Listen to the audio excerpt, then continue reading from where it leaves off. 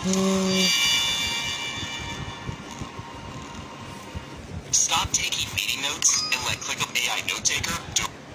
Binabati ko nga pala si Pastor Ken Laines na nanonood pa sa ating programa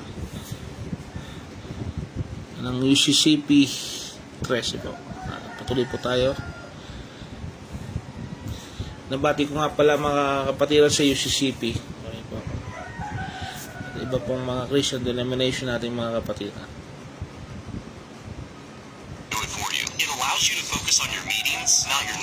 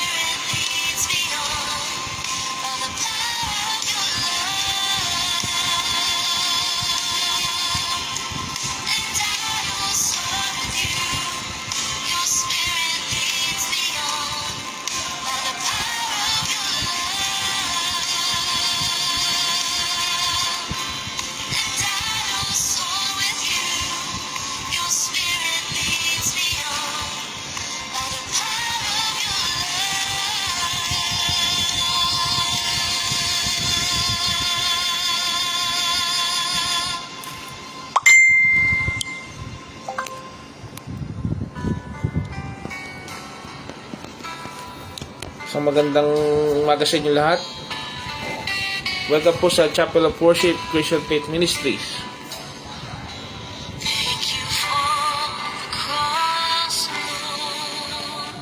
Binabati ko nga pala ang lahat ng mga member natin sa Parkston States, sa ibang panig ng sa Ternate, sa Naay, Cavite. Mga kapatiran natin na busy sa kanya-kanyang ginagawa. Ito pong online ministry na ito ay ginawa para sa inyo, para maabot kayo kabla ng ating mga busy schedule. Ngayon din po sa mga kapatiran ko sa iba-ibang Christian denomination at iba-ibang mga kung saan man kayo dyan na simbahan, binabati ko rin po kayo. Binabati ko po ang Maragondon IBC o International Baptist Church. Binabati ko rin po ang Great Love Ministries sa San Juan, dito sa atin. Ang Church of God Night, binabati ko rin po. Hindi po ang UCC Pilabak. At lahat ng UCCP sa ibang panig ng Pilipinas. Binabati ko rin po ang Church of Christ San Jose, sa Dasmariñas. Church of Christ Imus. I consider them as my brethren, mga kapatiran natin sa Panginoon. Sa mga Kristiyano sa ibang panig ng mundo, naway pagpalain tayo ng mundo. Ang Chapel of Worship Christian Faith Ministry ay isang evangelical church kung saan tayo magsama-sama, kung saan tayo magpapatuloy sa ating pananampalataya sa Panginoon.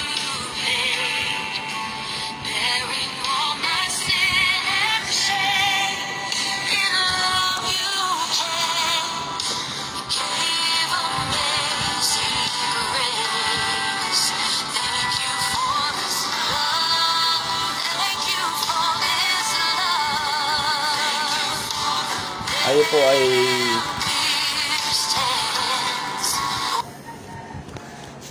sa lahat, tayo po ay humingi ng gabay sa ating dakilang Diyos sa pagsisimula ng gawain ito. Panginoon, sa mga sumusubaybay dyan, viewers dyan, naway pagpala kayo sa programang ito. Naway magamit ng programang ito upang madagdagan pa ang ating mga pananampalataya. Gamitin lamang po ako ng Panginoon bilang kanyang kasangkapan. Tayo po'y manalangin, mga kapatid. Samahan niyo po ako sa pananalangin. Dakilang Ama, pinupuri ka po namin, sinasampalatayanan ka po namin. Humingi po ako ng gabay sa inyo.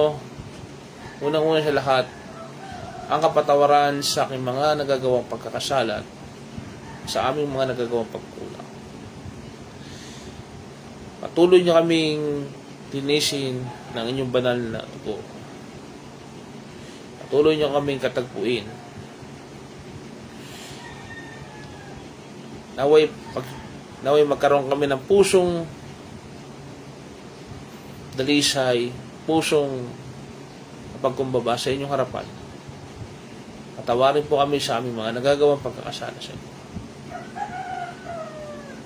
Naway samahan niyo po kami sa gawain ito sa Chapel of Worship Christian Faith Ministries.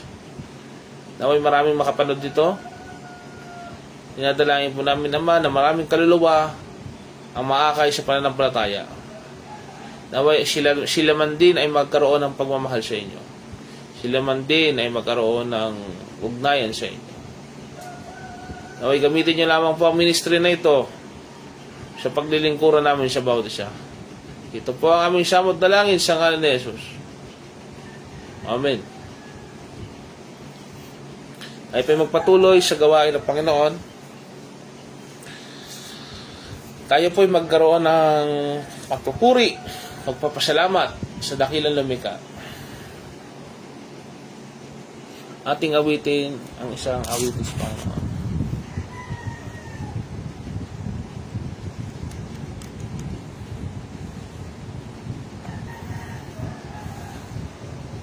Let us sing above all. While you're watching this Monday.com ad, Lisa click the star and Monday Sidekick flagged potential delays. Prioritize. Let us sing above all.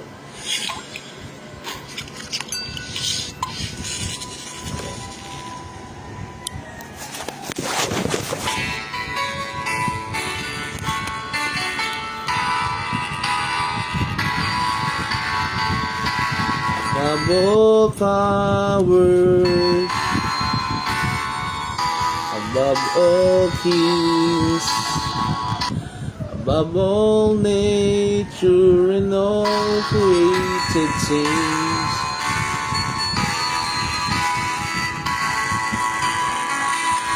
above all wisdom and all the ways of man. You were here before the world began. Above all kingdoms, above all thrones, above all wonders the world has ever known. Above all wealth and treasure of the earth, there's no way to measure what you're worth. Crucified, laid behind a stone, you live to die, rejected and alone like a rose, trampled on the ground. You took the fall inside of me. Above all,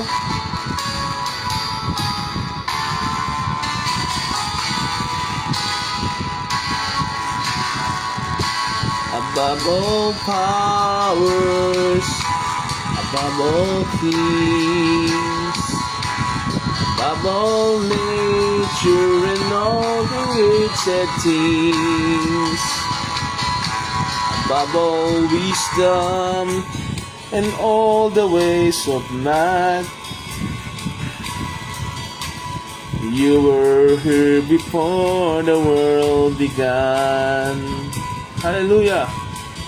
Above all kingdoms, above all thrones, above all wonders the world has ever known, above all wealth and treasures of the earth,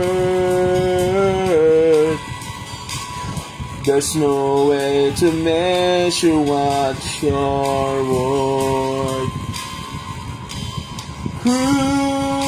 Crucified, laid behind a stone, you live to die, rejected and alone, like a rose trampled on the ground. You took the fall and thought of me above all. Crucified, lay behind a stone, you live to die, rejected and alone, like a rose trampled on the ground. You took the fall and thought of me above all, like a rose trampled on the ground. You took the fall and thought of me above all. Sadya nga po, ang Diyos above all ang nakakita sa atin, ang pinakamakapangyarihan sa atin. Naway nabigyan natin siya ng kaluguran sa ating pang-awitan. Sa pang-awit sa Panginoon, ihanda natin ang puso natin sa Panginoon. Let us offer our life in our Lord. What's up, guys, and welcome to today's video. Today I want to show you the video studio over at CapCut. Pangawitin ng Lord I Offer My Life by Don Moen.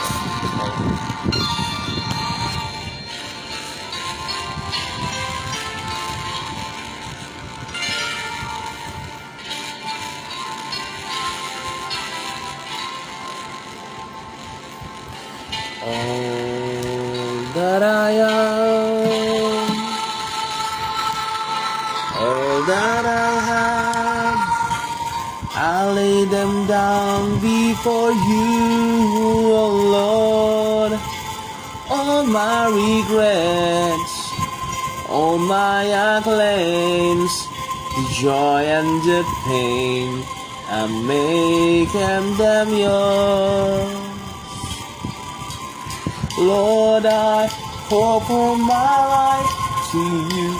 Everything I've been through, you sit for your glory. And Lord, I offer my days to you, lifting my praise to you as a pleasing sacrifice.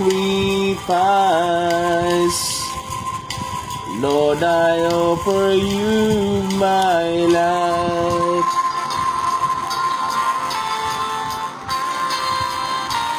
We've seen the past, shall unseen, wishes and dreams that are yet to come true. All of my hopes, all of my plans, my heart and my hands are lifted to you. Lord, I offer my life to you. Everything I've been through, you sit for your glory. Lord, I offer my days to you, lifting my praise to you as a pleasing sacrifice. Lord, I offer you my life. What can we give that you have not given? And what do we have what is not already yours? All we possess are these lives we're living. That's what we give you, Lord. Lord, I offer my life to you. Everything I've been through, you sit for your glory. Lord, I offer my days to you, lifting my praise to you as a pleasing sacrifice. Lord, I offer you my life. Lord, I offer you my life. Offer my life to you. Been true. Kaya pa umawit. You sit for your glory, lifting my praise to you as a pleasing sacrifice. Lord, I offer you my life. Lord, I offer you my life. Amen, Lord. We give you thanks, O Lord. in our freedom to express our gratitude to you. Another song. Let us sing, God will make a way.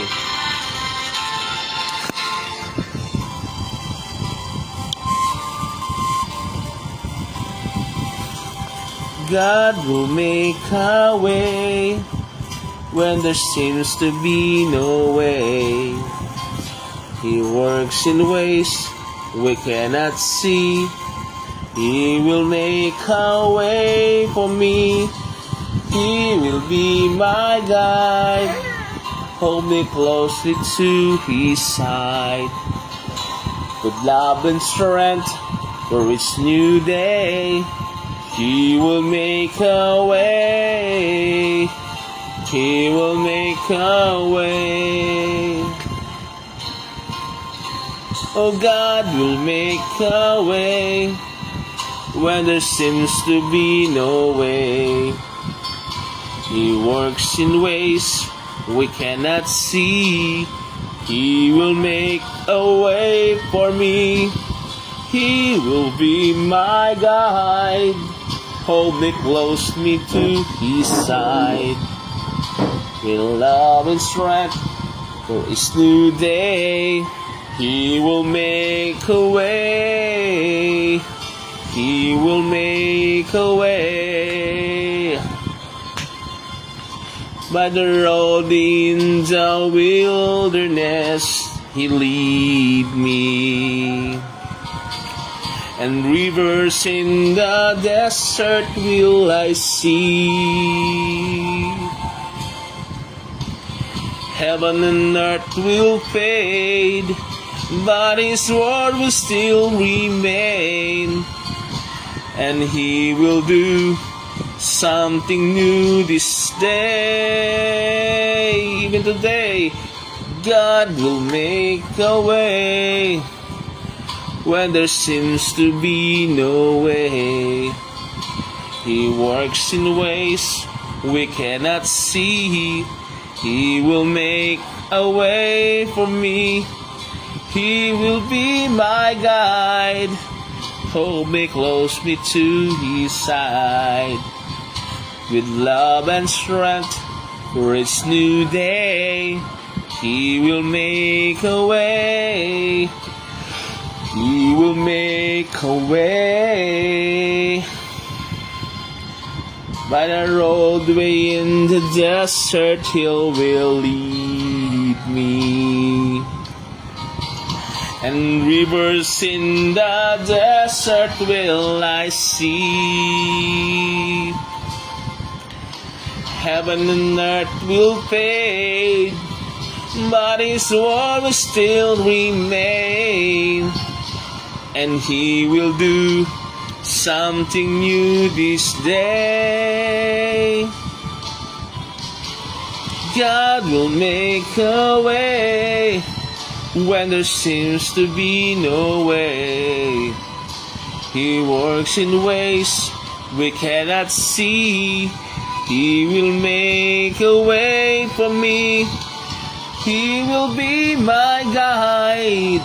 Hold me closely to His side.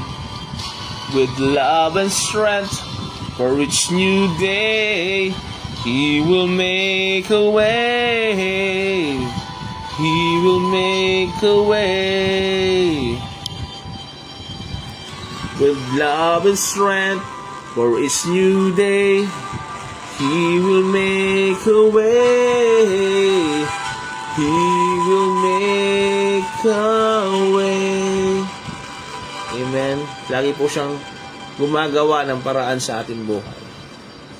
Siya lamang po ang ating tunay na maaasahan sa buhay natin.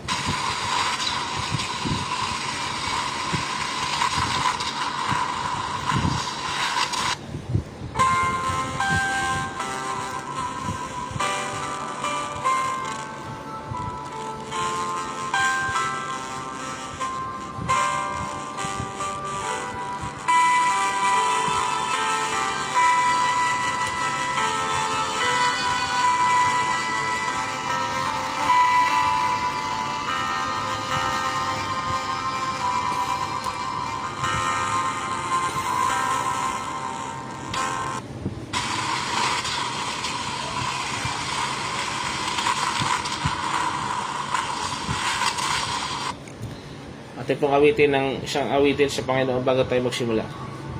Our Father, ay John Noel.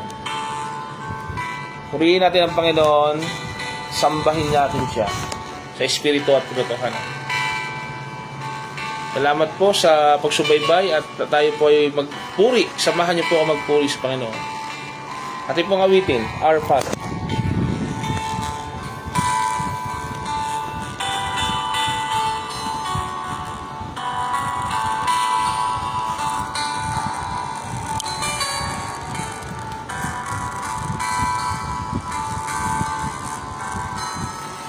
Hear our prayer.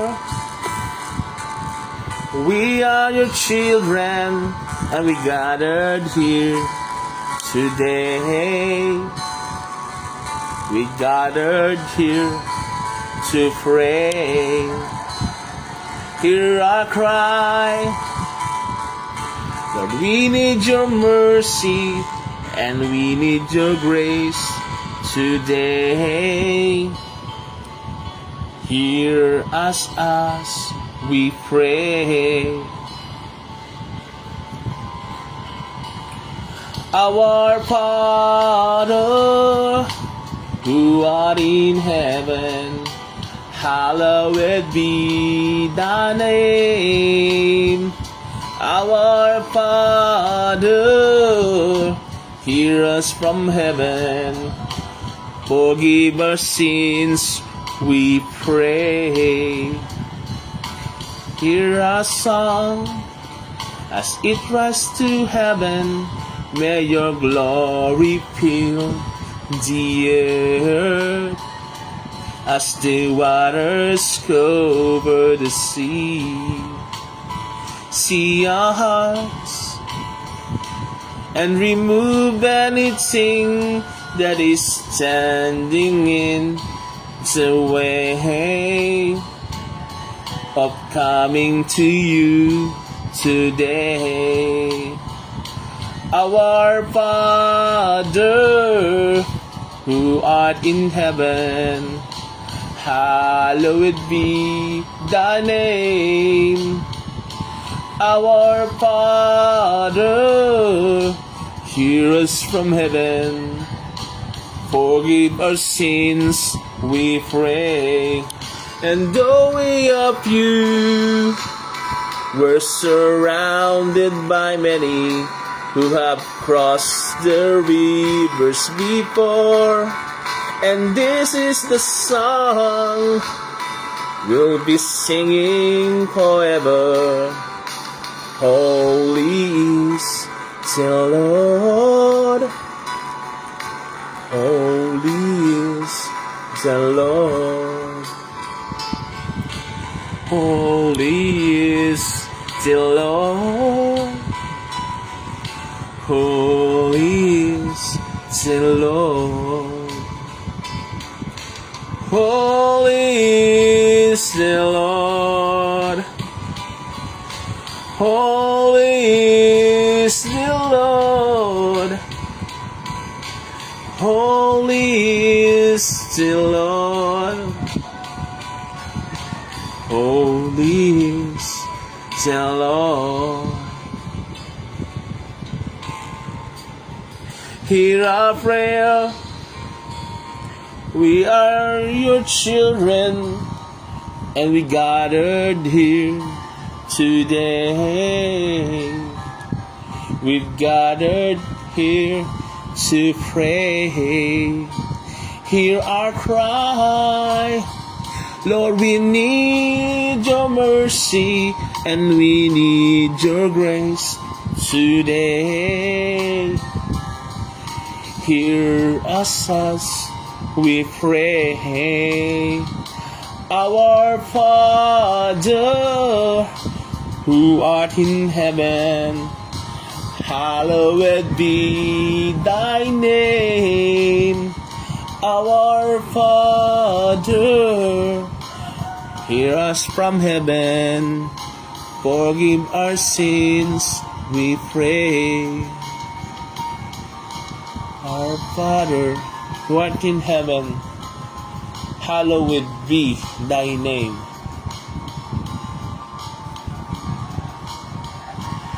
Our Father, hear us from heaven.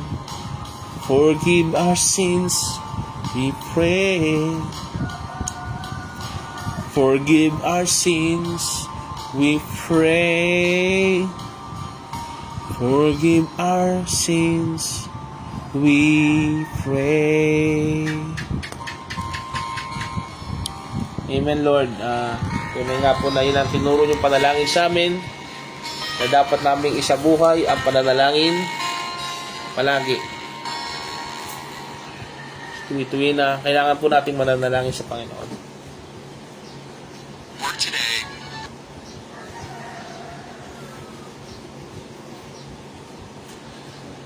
Isang magandang umaga po sa ating lahat, pinagpalang umaga. Pinagpapala po tayo ng Panginoon sa umaga ito. Tayo po ay nakapagsasamba sa Kanya sa Espiritu Katotohanan. Ngayon po ay Mayo 3, 1926, May 3 o 2026 sa Chapel of Worship. Ito po yung programang ito ay ang online ministry po para mapakinggan po ng lahat ng mananampalataya. Yun din po sa mga interested po makinig. Okay po? Ang pamagat po ng ating pag-aaralan ay ang buhay ng pag-asa sa gitna ng unos. Buhay pag-asa sa gitna ng unos o problema. Tayo po'y manalangin. Dakilang Ama, pinupuri ka namin, pinasasalamatan. Maraming pong salamat sa biyayang ito na pagsasalusaluhan namin ang inyong aral, ang inyong kagandang loob sa sangkatauhan, sa aming mga Pilipino, sa iba't ibang panig ng mundo, gayon din po sa mga anak nyo na nakikinig. Tulungan nyo po kami na maisabuhay ang aral na aming mapakinggan. Tulungan nyo kami maisabuhay ang inyong katuruan sa amin. Muli, itinataas namin ang iyong pangalan sa aming kalagitnaan sa pangalan ni Jesus. Amen. Ang teksto ng pag-aaralan natin ay batay sa Ebanghelyo ni San Mateo, Kabanatay 4, 23 hanggang 25. At unang Pedro, Kabanatay 1, versikulo 3 hanggang 6. Ating pong basahin. Sangayon sa Tati Mateo 4,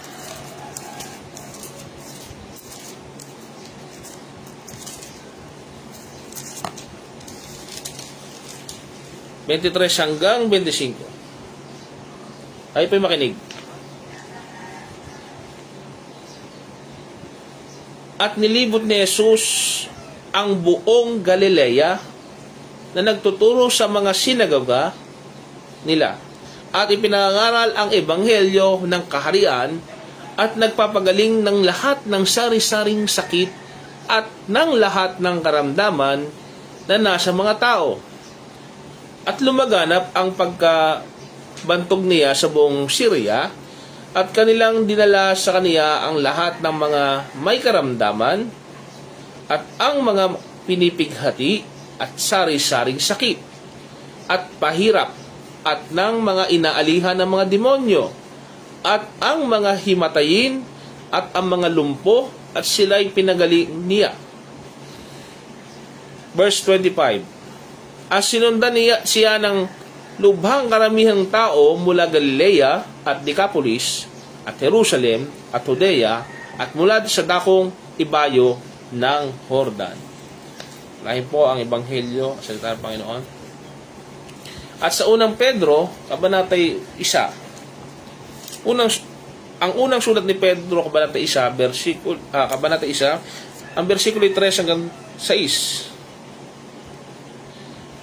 Purihin nawa ang Diyos at Ama ng ating Panginoong Hesukristo na ayon sa kaniyang malaking awa ay ipinanganak na muli tayo sa isang buhay na pag-asa sa pamamagitan ng pagkabuhay na maguli ni Hesukristo sa mga patay, sa isang manang di nasisira at walang dungis at hindi kukupas.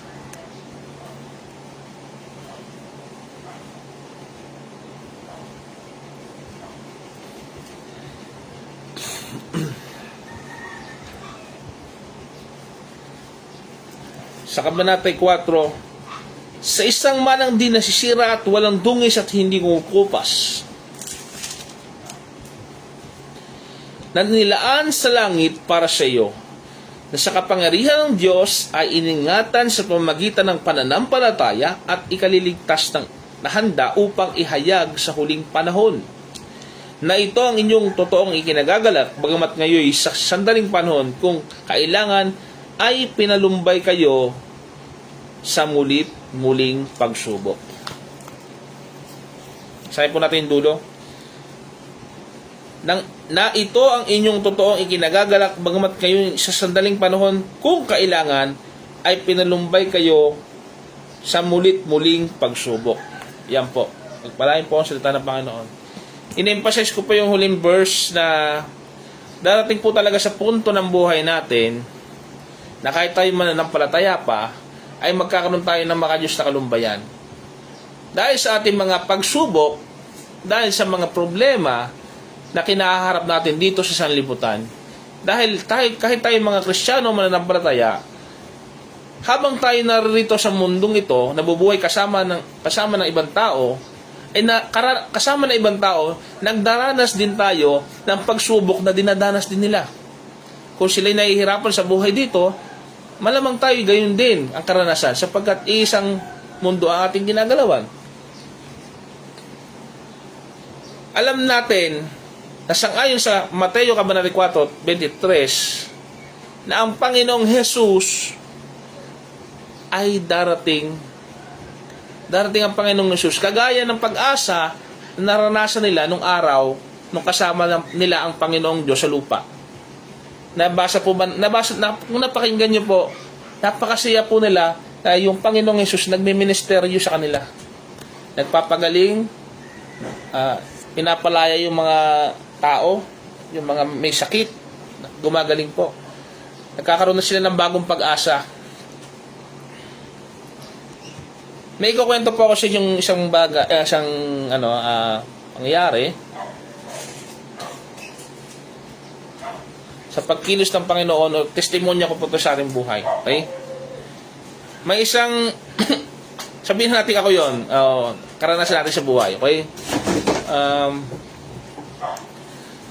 Minsan po kami po ay merong refrigerator or freezer diyan na naaasahan namin yan bilang sa hanap buhay. Minsan yung mga ginagamit namin yan sa papalamig ng mga bagay. Alam niyo po yung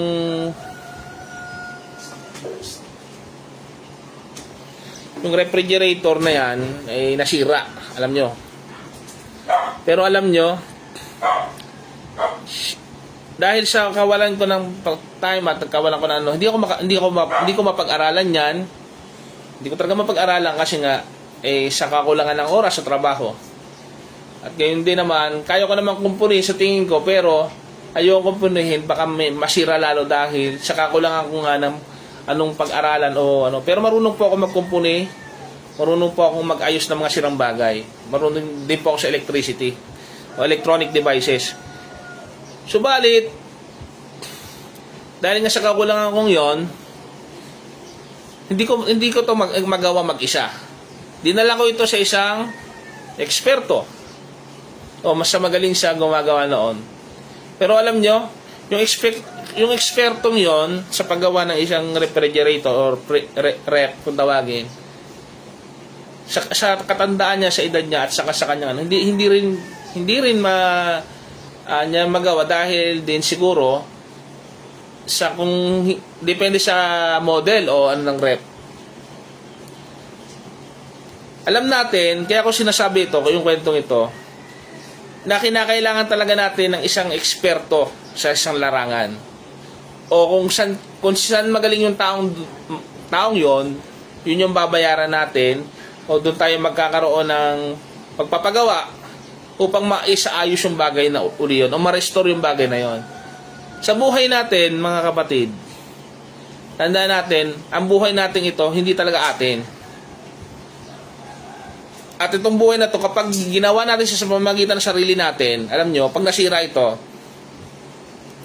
mahirap na itong iayos. E tandaan natin na kung sino yung lumikha sa atin, yun ang may-ari sa atin. Kaya dapat natin ipaayos ito sa walang iba kundi sa lumikha sa atin. Walang iba kundi ang Diyos. Sino bang gumawa sa atin, di ba, ang Diyos? Minsan sinusubukan nating ayusin ang buhay natin gamit yung sarili nating kakayanan, sarili nating kapasidad o sa dunong natin. Pero alam nyo, masayang lamang ito dahil hindi natin talaga alam, hindi tayo marunong talaga eh.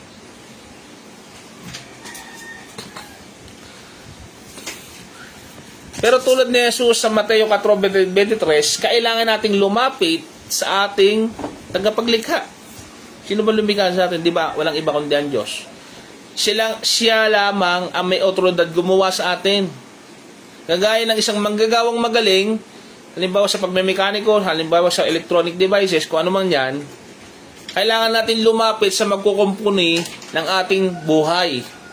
Dahil nasira na ito eh. Yung puso natin ito, yung buhay natin ito, nasira ito sa pagdaan ng panahon na tayo lumalagi dito sa mundong ito. Yung ibang huminto na, talagang mamamatay na eh.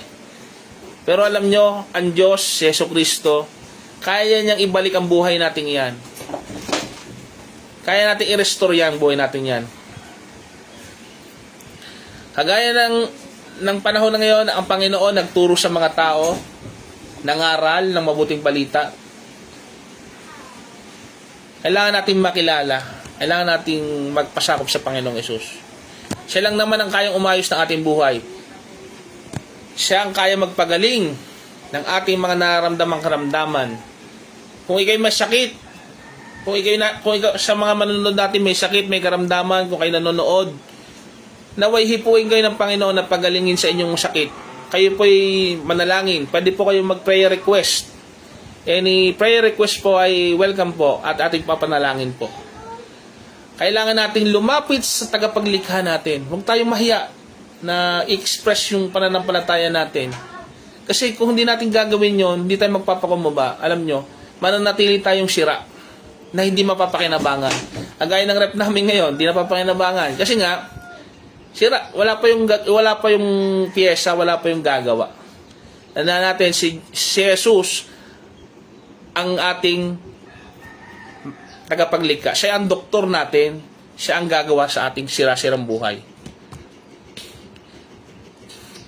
Alam niyo ang Panginoon, nung araw nang siya nasa pangangaral, hindi lang siya basta nangangaral kagaya ng ganito. Nagsasalita siya ng merong otoridad. May karapatan. Bakit may karapatan? Siya lang naman ay ang nagkatawang taong Diyos.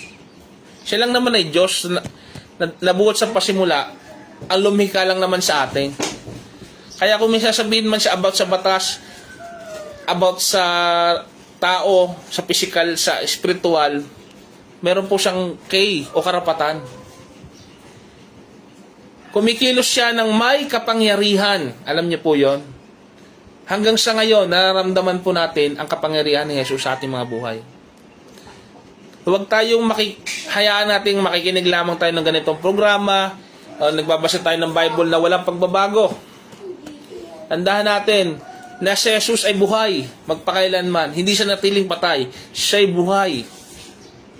Ang pananampalataya natin ay higit na totoo, higit pa sa lahat ng relihiyon. Dahil si Jesus ay tunay na buhay. Tandaan natin, siya lang naman ang muling nabuhay. Ang lahat ng mga relihiyon, lahat ng mga pundador ng relihiyon nangamatay. Si Siddhartha Gautama namatay. Tandaan natin. Ang mga propeta namatay. Pero si Jesus ay muling nabuhay. Nagkasama ng Ama. At siya'y babalik. Ang kapangyarihan ng ministeryo ng Panginoon na nabasa natin sa Mateo 4, na nabasa natin kanina, ay mayroong mga puntos. Ito yun Una, makinig kayo. Pagtuturo. Alam nyo yung pagtuturo o teaching, kasama na po yan sa buhay ministeryo. At kung wala tayong pinaka-idol sa pagtuturo, walang iba kundi si mga teacher, makinig kayo, kundi ang Panginoong Hesukristo lamang. Dahil siya yung tinaguriang the great teacher. Tandaan natin. Kung meron kayong tutularan na isang tao, walang iba kundi si Yesu Kristo po yon. Siya lang naman yung perfectong tao na nakagawa ng mga bagay na dapat nating iduluhin o gayahin talaga. Meron po siyang katalinuhan. Tandaan natin, sa pagtuturo, kailangan mo ng katalinuhan. Hindi ka maaaring magturo ng wala ka. Tandaan po natin. Kung walang alam, paano ka magtuturo? It needs an intellect. Alam naman natin na ang Panginoon, bukod pa sa walang pasimula, siya na ang karunungan ng Diyos. Kumbaga sa Greek, ang tawag niyan Sophia eh. From the Greek word Sophia, o karunungan. Kaya, siya po yung kasama na ng Diyos mula pa sa pasimula. Kaya maaasahan po natin yung kung gusto mo ng katalinuhan, kung ano yung sinasabi natin, the greatest wise man na nabuhay, si Solomon. O tandaan natin, ang binigay lang ng Diyos yun. Binigay lang ng Diyos yung karunungan na yun kay Solomon, kay Haring Solomon. Pero alam nyo ba yung karunungan niya kung sino? Walang iba kundi ang Panginoong Jesucristo. Kaya kung may mas matalino pa kay Haring Solomon, walang iba po kundi ang Panginoong Jesucristo. Pangalawa po, yung pagpipreach po natin o pangangaral sa mga pastor o sa mga kung sino mang worker sa simbahan po. Tandaan po natin, hindi ka pwede mangaral na wala kang banal na espiritu o yung guide ng banal na espiritu. Para ka lang turo sa universidad niya o sa kolehiya kung nagtuturo ka na lang basta na sa intellect lang po. Pero tandaan natin na itong Biblia ay ang buhay na salita ng Diyos. Ito po ay sinulat sa inspirasyon, walang iba kundi ng banal na espiritu. Kaya mauunawaan lang nito ng mga taong espiritual. Kahit gaano pa tayo katalino, kung wala kang espiritu ng Diyos, paano po natin mauunawaan ito? Paano natin ito mapapangaral sa iba kung wala kang espiritu? Yung espiritu ang bigay po ng Panginoon Diyos.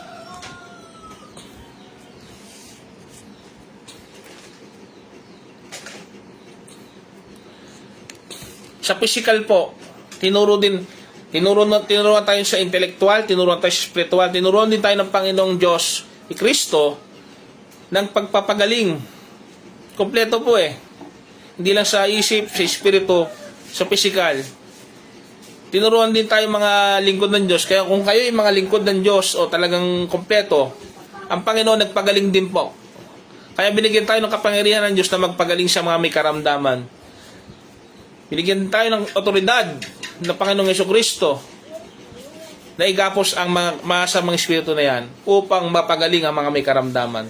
Kaya tayong mga Kristiyano, binigyan tayo ng ministeryong ito ng Panginoong Jesucristo na ginampanan niya rin po. Una, pagtuturo. Pangalawa, pangangaral. At pangatlo, ay ang pagpapagaling sa mga may sakit. Tandaan natin yung mga tao, maraming tao may sakit, maraming tao may mga problema sa isip, may mga problema sa buhay. Tandaan nyo, tinitingnan yan, tayong mga, kung wala na silang choice, wala na silang pag-asa, last resort, isipin nila, Diyos ang kailangan nila. Kaya maging sensitive tayo sa pangangailangan ng mga yan, nangailangan. Pero alam nyo ang katotohanan, mga nakikinig. Dapat hindi nyo nililis priority ang Diyos. Dapat siya ang priority ng buhay nyo, higit pa sa lahat. Hindi dapat yung maisipan nyo lang na magsisimba o ano. Hindi po, araw-araw talagang dapat buhay nyo na ang talagang sumunod sa Panginoong Jesucristo. Dapat mahalaga ang Diyos sa lahat ng aspeto ng buhay natin, sa buong pagkatao po natin. Dapat puro Diyos po tayo dahil siya lang naman ang may-ari ng buhay natin. Siya lang naman ang may-ari sa atin. Bilang mga tagasunod ni Kristo, tinawag tayong maglingkod ng mayroong malasakit sa pangangailangan ng iba. Hindi lang sa salita, kundi sa gawa. Tandaan nyo, pag sinabi mong God bless you, pag sinabi mong praise the Lord, o ano, gagawin po natin yun. Pinipraise mo talaga ang God sa buhay mo. Pag sinabi mo hallelujah, talagang sinasamba mo ang Panginoon Diyos. Kasi ang ibig sabihin ng hallelujah, praise siya. Pinupuri mo ang Diyos. Pag sinabi mong God bless, tutulong ka talaga sa tao. Nang iabot ng makakaya mo. Kaya mag-iingat po tayo sa pagsasabi sa salita natin. Siyempre, dapat may kaakibat na action po yon. Okay po? Ang buhay na pag-asa na mababasa natin sa unang Pedro, kabanata 1 hanggang 3. Okay po? May isa pa akong kwento sa inyo, yung sa isang bagamat napakahirap sa ating yung sa mga siguro makaka-relate dito yung mga maglalayag o mangingisda. 'Di ba po pag nasa gitna na kayo ng dagat, akala mo kung hindi ka na makakabalik sa pangpang dahil hindi mo alam kung mabubuhay ka pa kasi kung may bagyo o may masamang panahon, talagang napakalakas ng alon, 'di ba po? Siyempre nandun yung takot na takot ka, di mo alam kung saan ka kakapit dahil puro nga dagat eh. Alam nyo ba yung kapitan ng barko o kung sino man doon, takot din yun. Pero hindi niya pinahalata dahil siya yung parang leader. Hindi niya pinapahalata na kumpante siya. Kagaya nung panahon na ang mga alagad ay nangatakot, pero ang Panginoong Hesus tutulog lang. Anong sabi ng Panginoong Hesus ng tagpong yon? Kahihina ng inyong pananalig, di ba? Sabi niya. Anong ibig sabihin nun? Hindi pa ba sila handang mamatay? Kung kayo nasa Panginoon, hindi pa ba kayo handang mamatay sa oras na yun kung ikaw hindi mo pa nakikilala ang Panginoon? Natural na natakot ka siyempre, pero alam nyo, kung meron kang Diyos sa buhay mo, mamatay ka mat mabuhay, tandaan nyo, meron ka ng pundasyon, meron ka ng sa buhay na mamatay man ako, meron ka ng bagong buhay uli. Alam nyo yun? Ganun ang tunay naman ng palataya, hindi takot mamatay, tandaan nyo yan. Matapang po ang mga tunay na Kristiyano. Tandaan nyo, ang angkla natin ay nakabaon sa matibay na bato. O kumbaga sa matibay po yan. Hindi po kayang galawin ng buhangin yan. Kasi nga, kung sa buhangin mo ilalagay yung angkla, siyempre, maano yung barkong yan. O maililipad ka ng mga alon na yan. Tandaan natin, ang buhay natin, kapag inasa mo sa mundong ito, naka-angkla lang yan o yung pinaka-anchor mo nakalagay lang yan sa buhangin. Kapag sa buhay na ito, bakit? Ang buhay na ito pabago-bago. Sabi nga ng kasilbihan, life is a constant change.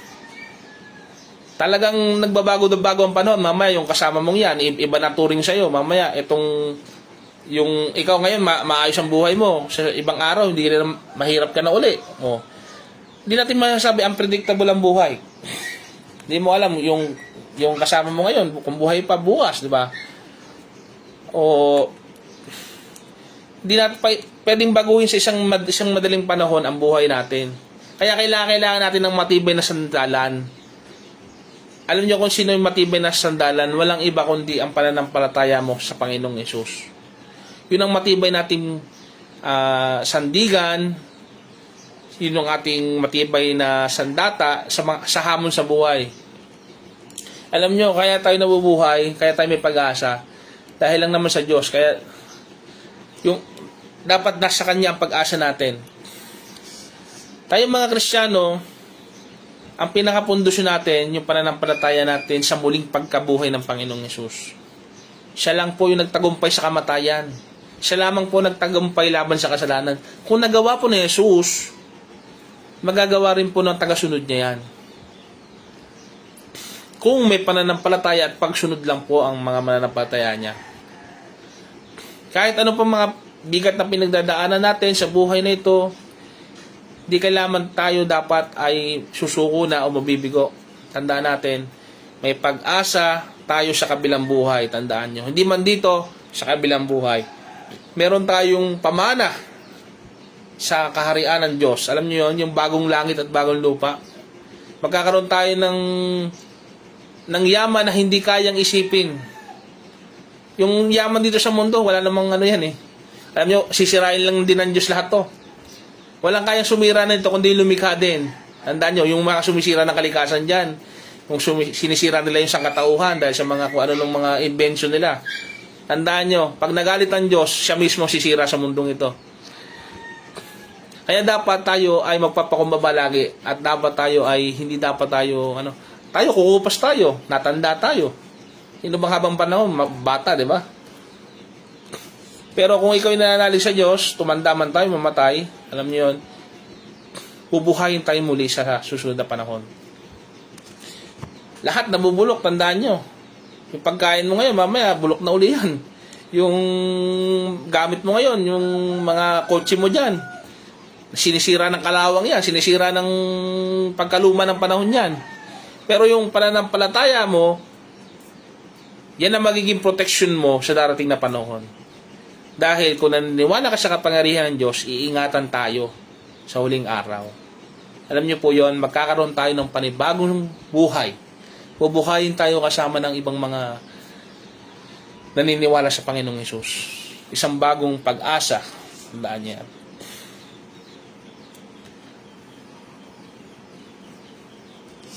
Bibigyan ko po kayo isang illustration dito. Alam niyo po ba yung lapis, di ba? Yung lapis, di ba? Bago gamitin, kailangan muna itong dumaan sa masakit na proseso, di ba? Di ba pag napurol na yung lapis, ginagamitan to ng pantasa, di ba? Gayon din po sa ating mga damdamin, sigurado iiyak tayo kapag dumaranas tayo ng mga pagsubok na maigpit. Ang maganda nun, tinatasahan, di ba? Kapag tinasahan, alam niyo yun, lumilinaw, nagiging maayos. Tandaan niyo yung aral dito, pagsubok lang ang buhay na ito. Yung buhay na ito, punong-puno ng pagsubok para linangin tayo, para maging mas mabuting tao tayo at maging mas mahusay tayo sa pakikipaghalubilo sa ating mga kapwa. Tandaan natin, proseso ang lahat. Kaya tayo nakaranas ng paghihirap sa mundong ito. At alam nyo, isipin nyo, bakit kailangan natin danasin lahat ng yan? Bakit kailangan may kasalanan? Bakit may paghihirap? Bakit may ganyan? Kasi naghahanda po tayo sa susunod na buhay. Tandaan na may pinaghahandaan po tayo, hindi lang po dito ang buhay natin. Kapag tayo kinuha ang buhay natin, tandaan niyo may susunod pang buhay. Tandaan nyo, ang buhay ngayon dito ay isang pagsubok lamang kung tayo papasa sa Kanya.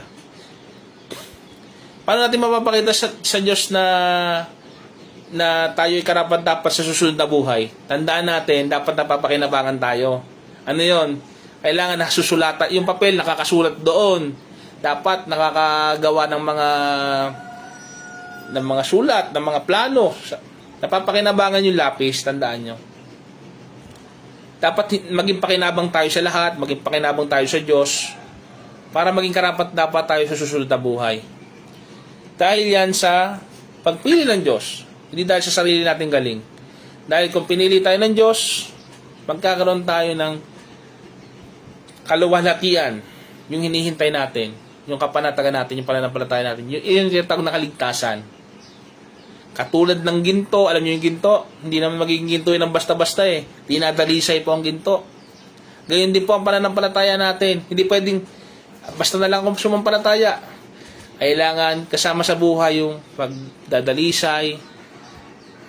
Kailangan na tayong dumaan sa pagsubok upang maging karapat-dapat tayo sa Kanya. Huwag tayong panghinaan ng loob sa bawat problema natin dinadala. Huwag tayong magsawa na laging ganito na lang. Lagi tayong manalangin sa Diyos, lagi tayong kumapit sa pananampalataya. Yung problema talagang dagdag yan sa trabaho, sa opisina, kung saan man yan, kung sa pamilya, di na tapos-tapos yan. Pero yung Diyos, bibigyan tayo ng kalutasan dyan o yung solution. Kailangan lamang makita sa atin yung Diyos yung pananampalataya. Magugulat ka na lang kung may pananampalataya ka sa Diyos. Magagala ka na lang sa puso mo. May problema ka na, nagagala ka pa. Kaya yan yung mga trade na Kristiyano eh. May problema na, natutuwa pa dahil alam niya yung meron siyang pag-asa eh. Yung iba nga, kung nababasa niyo yung apostol, yung sa Bible, kinulong na sila, pinahihirapan na sila, nagpupuri pa sila sa Panginoon, nagsasamba pa sa Panginoon. Dahil nga po, may binago na sa kanila ang Panginoon eh. Alam nila, nakikita nila yung hinaharap, hindi yung problema sa ngayon na kinakaharap nila. Sabi nga ng San Pablo, magala kayo. Inuulit ko, magala kayo. Dahil may pag-asa po talaga. Sa kabila ng dalamhati, merong kagalakan. Tandaan niyo yan, ha? Hindi lagi puro lungkot. Kaya dapat hindi nakabase sa emosyon. Emosyon lang natin yung buhay natin. Dapat ito nakabase sa pananampalataya. Hindi dapat natin isipin yung nararamdaman natin ngayon, pero yung katotohanan na meron tayong buhay na darating, yung kaligtasan po. Itong mga nararanasan paghihirap, mga dahil sa kabutihan mo, dahil lang sa pagsunod mo, na pagsubok, hindi yan parusa. Ito ay training lang. Kumbaga sa hindi ka magiging mahusay kung wala kang training. Para lalo kang sumampalataya, para lalo kang kumapit sa Diyos, paano ka lumapit sa Panginoong Hesukristo. Kailangan po natin i-exercise yung ating pananampalataya.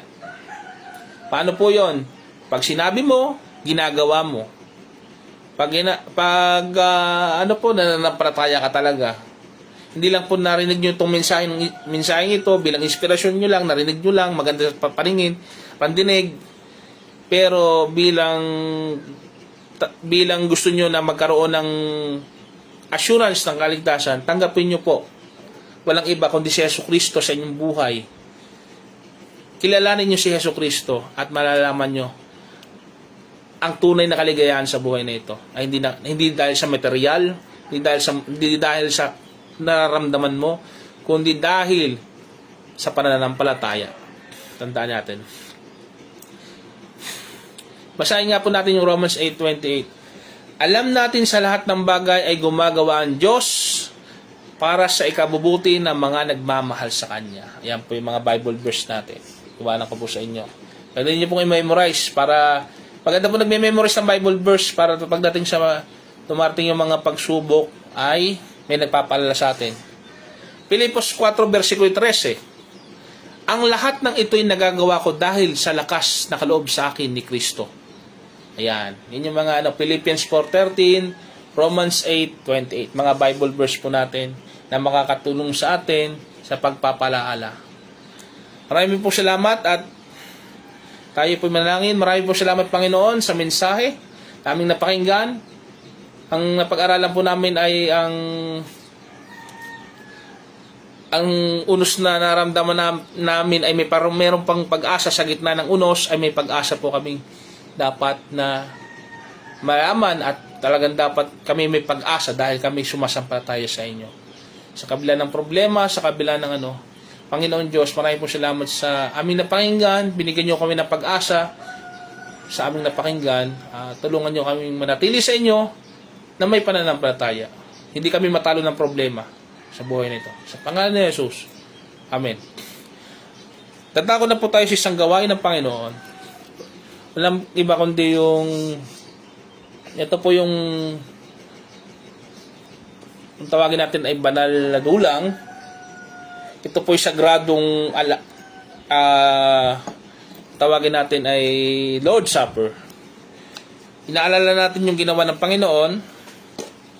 Sa iba tinatawag nitong Holy Communion. Sa mga Hudyo, ang tawag nila dito ay Passover. Pero sa mga Kristiyano, ginagawa natin ito dahil inaalala natin na pinatawad yung mga kasalanan natin.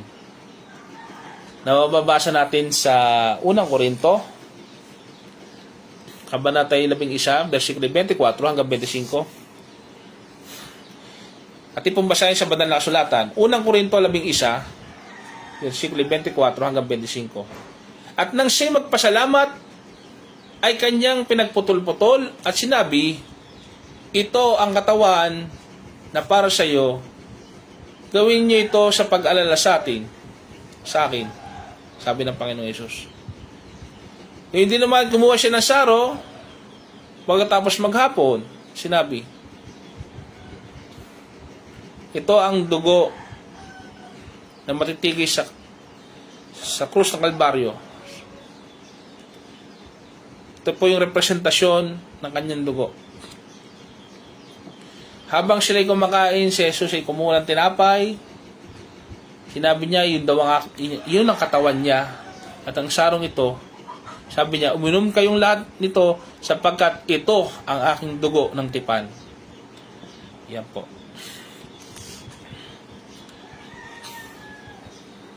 Ito po yung pag-alala natin sa ginawa sakripisyo ng Panginoon sa ating mga buhay.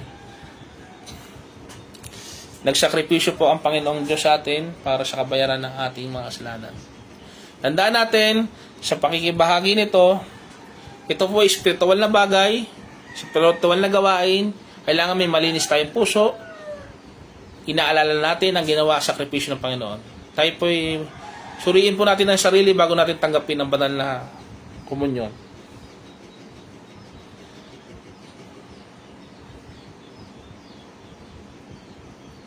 Tanggapin niyo po. Tinapay na.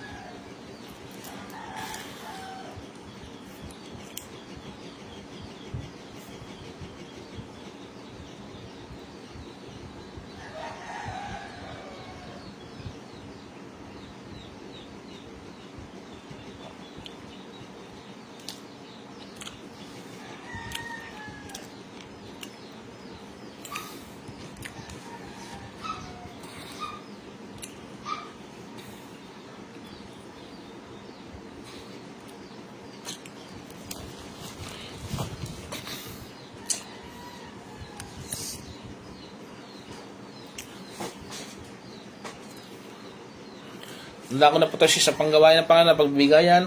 Sinasabi sa unang Korinto,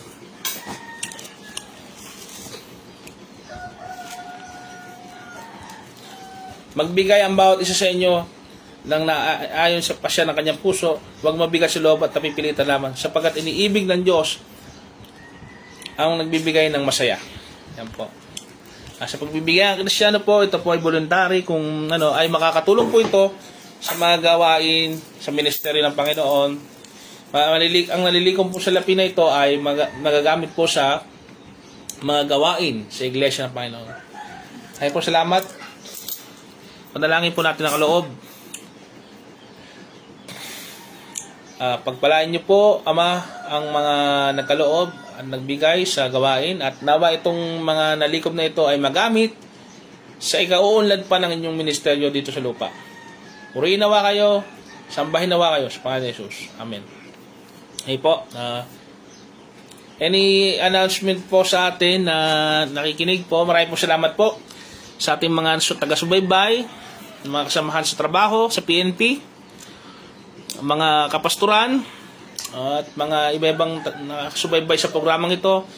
Sa lahat po ng nakapanood ng programang ito,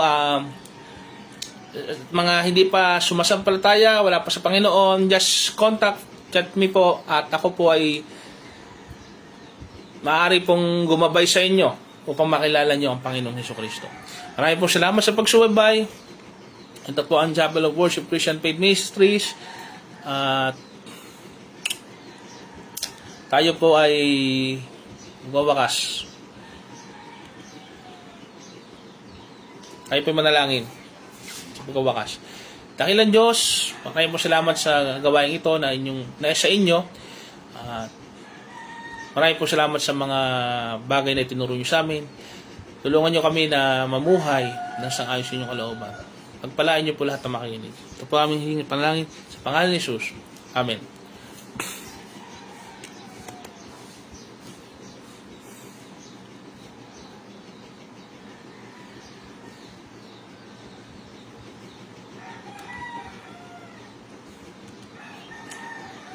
Magpalain kayo ng Panginoong Jesus, ang Ama, ng Espiritu Santo. Amen.